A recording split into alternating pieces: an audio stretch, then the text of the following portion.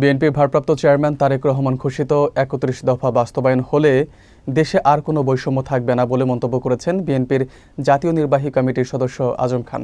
তিনি বলেন, এই ৩১ দফা বাস্তবায়ন হলে বাংলাদেশ হবে একটি সুখী ও সমৃদ্ধ রাষ্ট্র।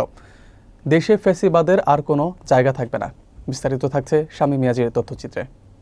শুক্রবার চাঁদপুর সদর উপজেলার বিষ্ণুপুর ইউনিয়নের মিলিটারি বাজার, কল্যাণদী চৌরাস্তা, সফরমালী বাজার, কাঠেরপুল সহ বিভিন্ন স্থানে লিফলেট বিতরণ শেষে পথসভায় তিনি এসব কথা বলেন।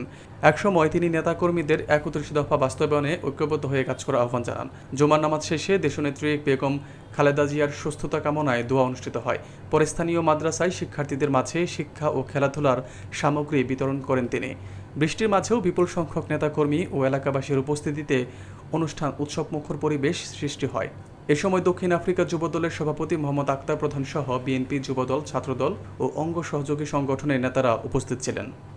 রাষ্ট্রপতি জিয়াউর রহমান এবং ওনার ছেলে কুকুরের রুহের মাগফিরাত কামনা করছে। আমার নেতা জিয়াউর রহমান যেই কাজ করছে, গাছ লাগানো, রাস্তা ঠিক করা, গরিবের বাড়িতে যাওয়া, গরিবদেরকে সাহায্য করা, মানুষেরকে বিভিন্নভাবে উৎসাহ করা, ছাগল পালা, এই গরু পালা, এইসব ব্যাপারে উৎসাহ করা, যদি কেউ অসুস্থ হয় অসুস্থ রোগীর সেবা করা, এটাই কিন্তু আমাদের দায়িত্ব। আজকে আজম ভাই এই বৃষ্টির মাঝেও জনগণের সাথে একটু দেখা করার জন্য আসছে।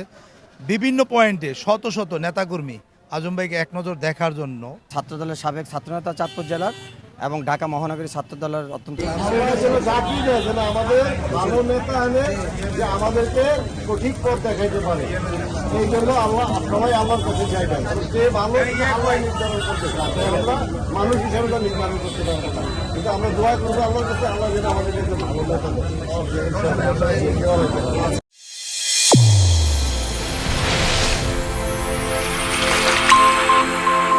চ্যানেল A1 হৃদয়ের স্পন্দন।